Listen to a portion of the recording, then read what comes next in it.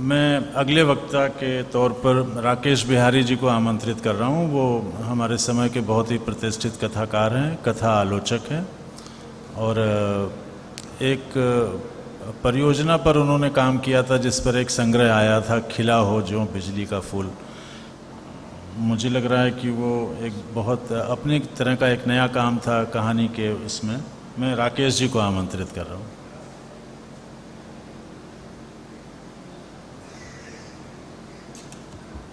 धन्यवाद। मुजफ्फरपुर मेरा शहर है, मेरा अपना शहर। वहाँ की ज़मीन पर खड़ा होकर आपसे बात करना मेरे लिए एक अलग तरह का अनुभव है। कल से हम इस विषय पर लगातार बात कर रहे हैं और अभी जब मैं अपनी बात कहने के लिए आपके बीच आया हूँ, मुझे निदा फाजली याद आ रहे हैं कि हर आदमी में होते हैं 10-20 आदमी, जिसको भी देखना हो कई बार देखना। मुझे लगता है कि ये जो जन और अभिजन की हम बात कर रहे हैं, वह कोई एक लीनियर अवधारणा नहीं है जहाँ पे हम बहुत आसानी से कह पाएँ कि यह जन है और यह अभिजन। खासकर एक हमारे जैसे देश में एक जन के भीतर कई जन और एक अभिजन के भीतर कई अभिजन शामिल हैं। मैं पेशे से अकाउंटेंट हूँ। बार बार मेरा मन अंकों की तरफ जाता है। यदि इस जन और अभिजन को देखूं, मैं इसे एक समीकरण या समुच्चय की तरह देखना चाहता हूं।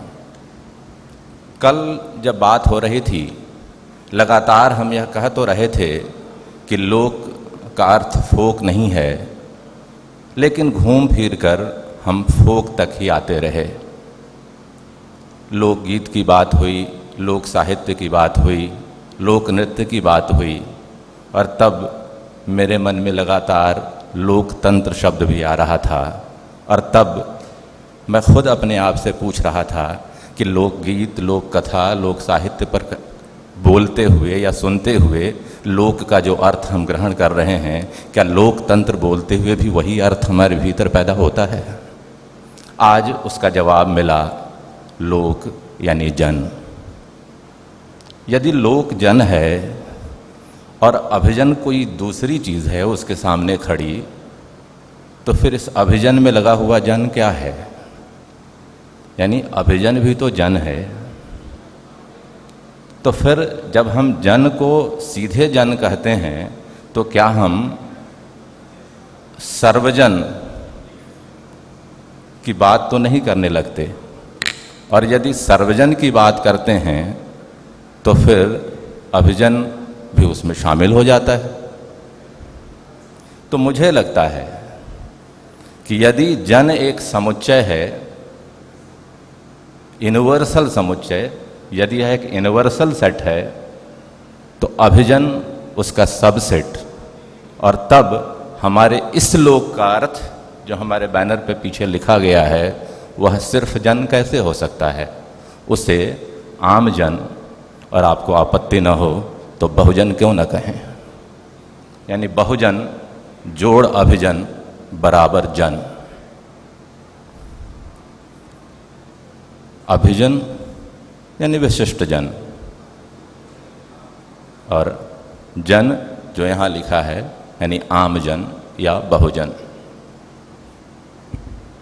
लेकिन क्या अभिजन और जन के जो हित हैं वो एक जैसे होते हैं या उसमें कोई अंतर होता है? यदि यहाँ पर एक शब्द द्वंद्व भी जुड़ा हुआ है, तो इस अभिजन और बहुजन के बीच का जो फासला है, वह जो ज़मीन है, वही तो शायद उस द्वंद्व की जड़ है।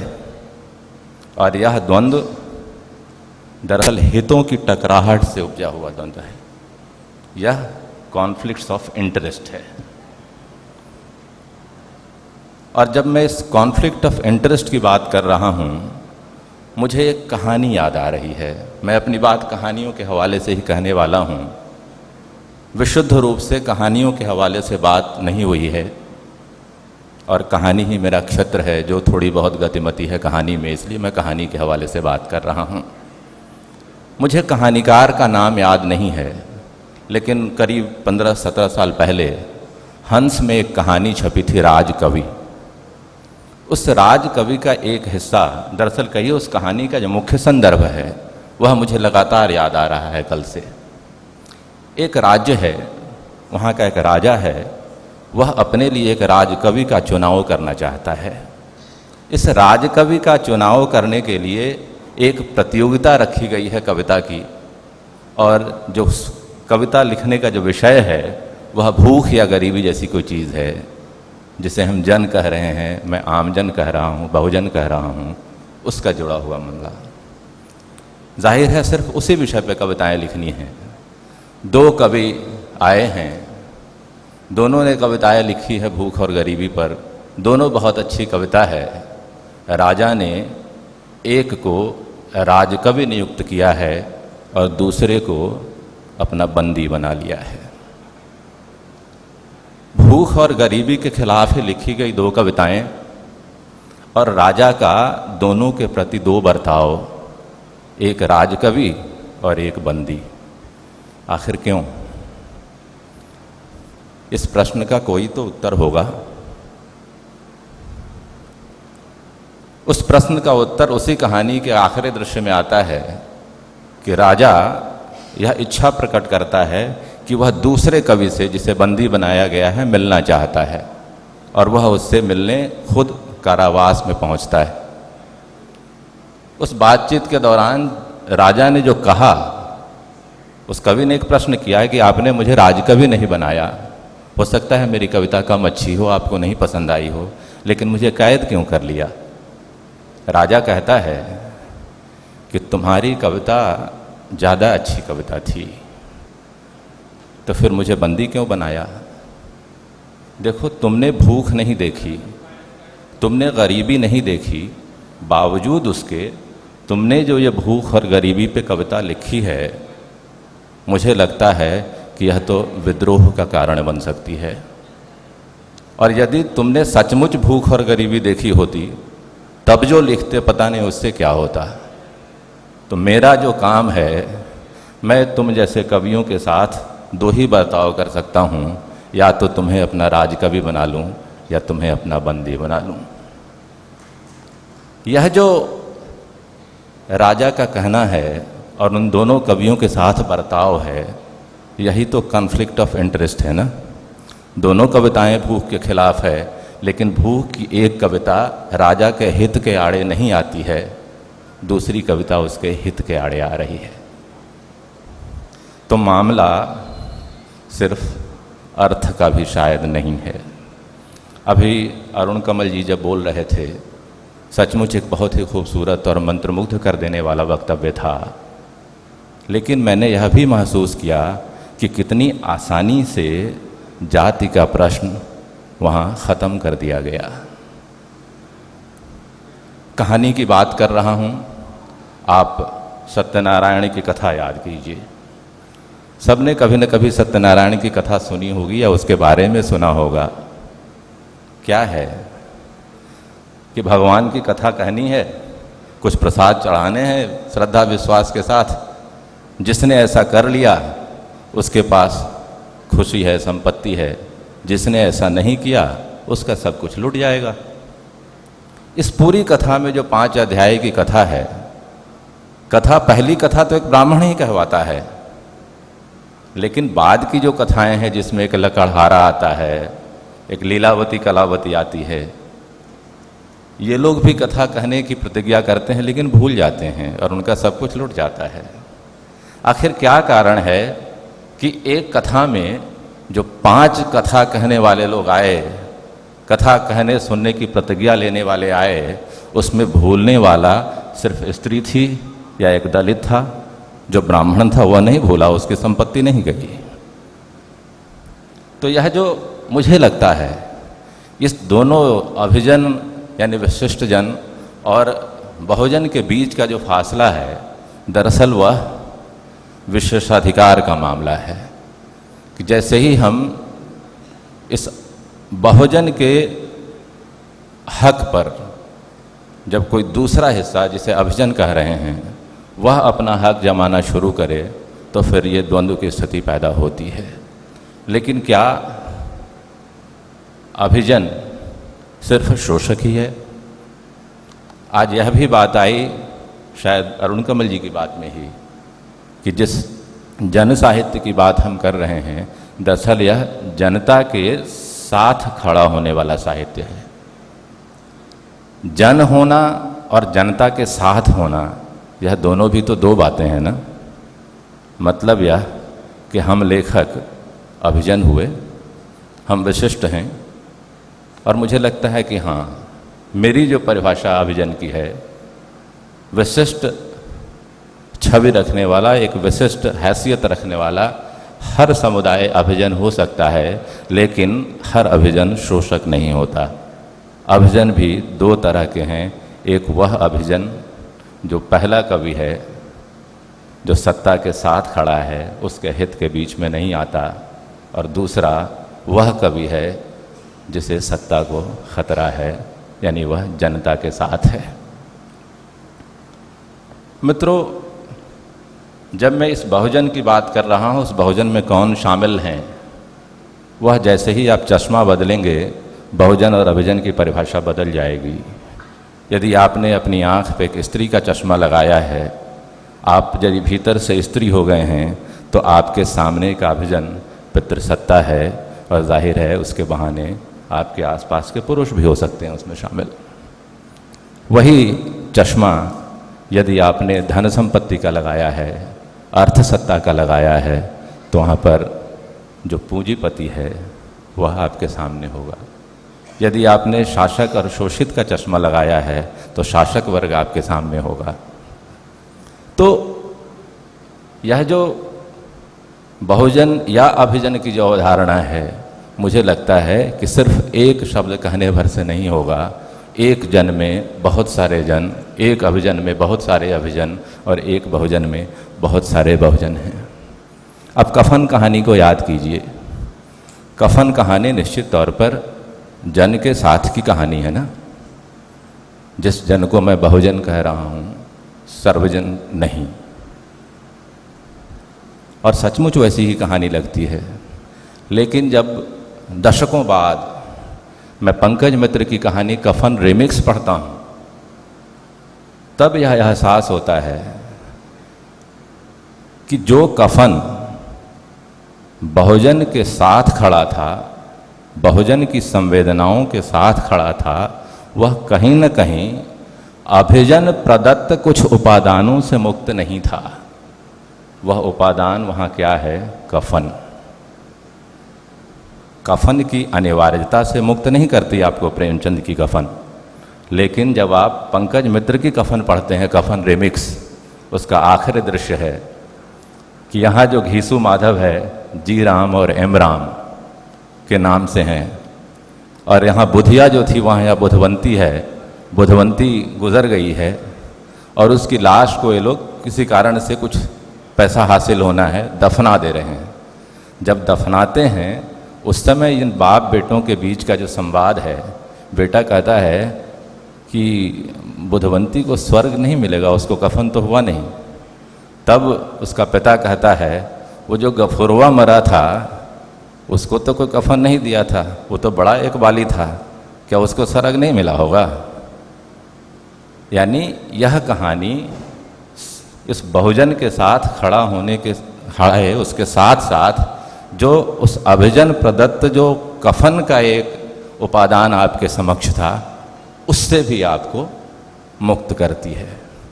तो यह जो जन अभिजन या बहुजन और अभिजन के बीच का जो द्वंद्व है, वह लगातार चलता है। और मुझे कहने में यह कोई आपत्ति नहीं कि हमारी जो कहानियाँ हैं हमारी भाषा की, लगातार उस द्वंद्व से जूझती हैं और हमारे सामने एक बेहतर स्थिति रख के आती है। जब इस द्वंद्व की बात करता हूँ तो मुझे एक और बात समझ में आती है। हमने कहा कि हम लेखक भी अभिजन हैं, हमारे भीतर भी कई तरह का अभिजन है।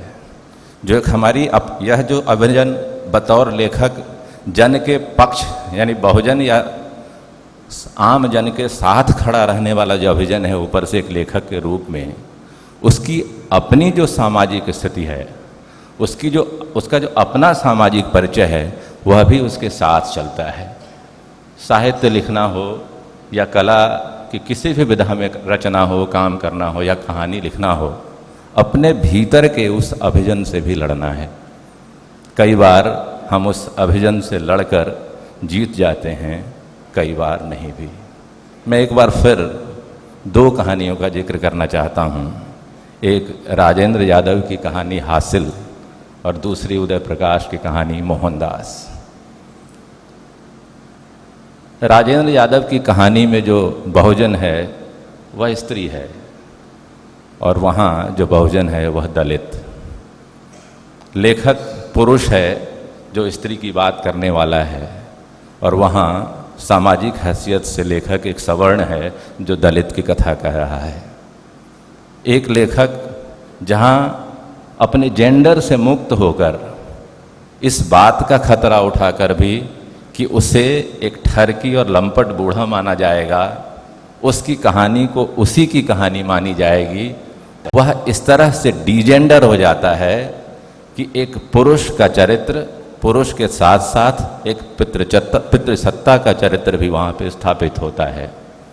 लेकिन मोहनदास कहानी में लेखक शायद अपने उस सामाजिक परिचय से बाहर नहीं आ पाता और तब उसकी कहानी का मोहनदास अपनी तमाम करुणाओं के बावजूद, उसके तमाम सरोकारों के बावजूद वह एक विश्वसनीय दलित मोहनदास की तरह खड़ा नहीं हो पाता।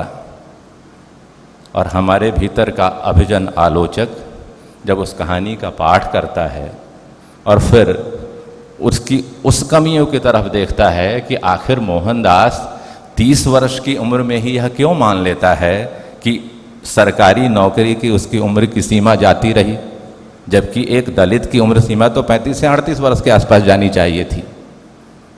हमारा अभिजन पाठ इसे एक तकनीकी खामी कहकर छोड़ सकता है, लेकिन उसका बहुजन पाठ यह कहता है कि लेखक अपनी उस सामाजिक आइडेंटिटी से मुक्त नहीं हो पाया। वह यह भूल गया कि यह मोहनदास दलित है और वह उस दलित मोहनदास के भीतर उसकी काया में प्रवेश नहीं कर पाया। मैं दो और कहानियों का छोटी छोटी जिक्र करके अपनी बात ख़त्म करूंगा और उसके हवाले से कहना ये चाहता हूँ कि बहुजन की जो परिभाषा हमने कही, बहुजन की बात कही, हमने कहा इसमें स्त्री भी है कहीं। परंपरा से अभिजन ने कई बार स्त्री को भी अपना ही हिस्सा बनाकर रखा है। खासकर जो मिथक हैं, सीता राम की अनुगामिनी हैं, राम की अर्धांगिनी हैं, वह अभिजन के साथ हैं। लेकिन स्त्री के रूप में जो एक बहुजन वाली पीड़ा उनके भीतर है वह निकल कर नहीं आती।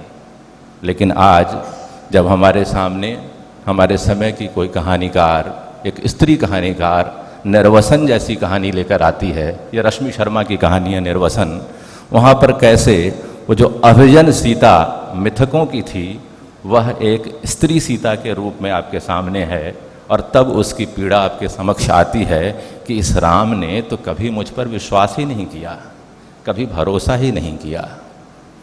तो फिर यहाँ पे आकर मैं कहता हूँ कि यह जो अधिकार का मामला है यह सिर्फ संपत्ति या धन के अधिकार का नहीं, यह सम्मान के अधिकार की भी बात है। और तब फिर वही दोहराऊंगा कि यह जो बहुजन या अभिजन की अवधारणा है वह बहुपरतीय है, वह एक रैखिक नहीं है। कैलाश वानखेड़े की एक कहानी है जस्ट डांस, और उस कहानी में एक वाक्य आता है, दूरदर्शन पे समाचार आ रहा है कि अन्ना जीत गए, इंडिया जीत गया, जीत गए अन्ना, जीत गया इंडिया। उस कहानी का जो पात्र है वह आदिवासी पात्र है, वो कहता है कि यह कौन सा खेल है जिसमें जो देश के नाम पर खेला जा रहा है। यह जो देश के नाम पर खेले जाने वाला खेल है वह कौन सा खेल है। मुझे लगता है कि यह जिस बिसात पे यह खेल चल रहा है, जिस ज़मीन पर यह द्वंद्व चल रहा है, वही वह ज़मीन है जो बहुजन और अभिजन के बीच का फासला है। और जो हमारा कथा साहित्य है, मुझे लगता है कहीं ना कहीं उस फासले को मेटने की कोशिश में लगातार लगा हुआ हमें दिखता है।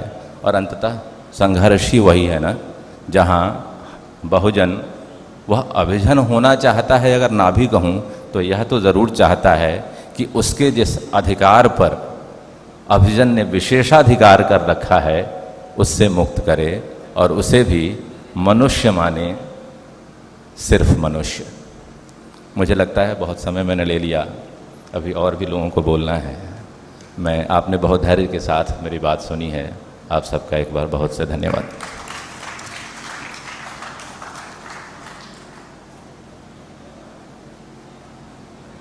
बहुत बहुत शुक्रिया राकेश जी। लोक और अभिजन के द्वंद्व को आपने और आगे बढ़ाते हुए कुछ सामाजिक जो स्थितियां हैं उनके साथ जोड़ा, जाति और जेंडर के सवालों के साथ भी उनको जोड़ा। ये पहले भी रहा है और जिस बहुजन के अर्थ में राकेश जी अभी कह रहे थे, अभी हाल के दिनों में एक फिर से कहानी चर्चा में और एक कविता चर्चा में फिर है, ठाकुर का कुआं।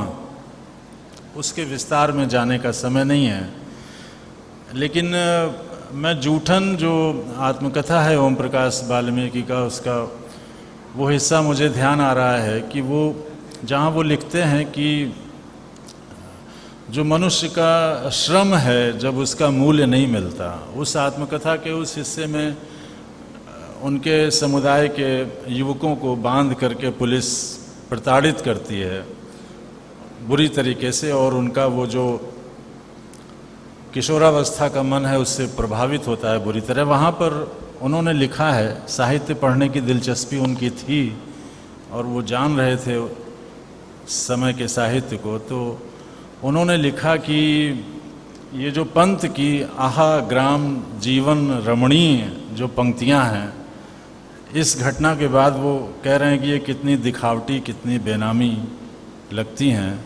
वहीं पर वो लिखते हैं कि हो सकता है इसी मानसिकता ने और जो संतरास वो अपने सामने महसूस कर रहे थे, देख रहे थे, उसने उनको ठाकुर का कुआं जैसी कविता लिखने के लिए प्रेरित किया होगा। तो ऐसे बहुत सारे हिस्से हैं जिन की और राकेश जी बात करना चाह रहे थे। समय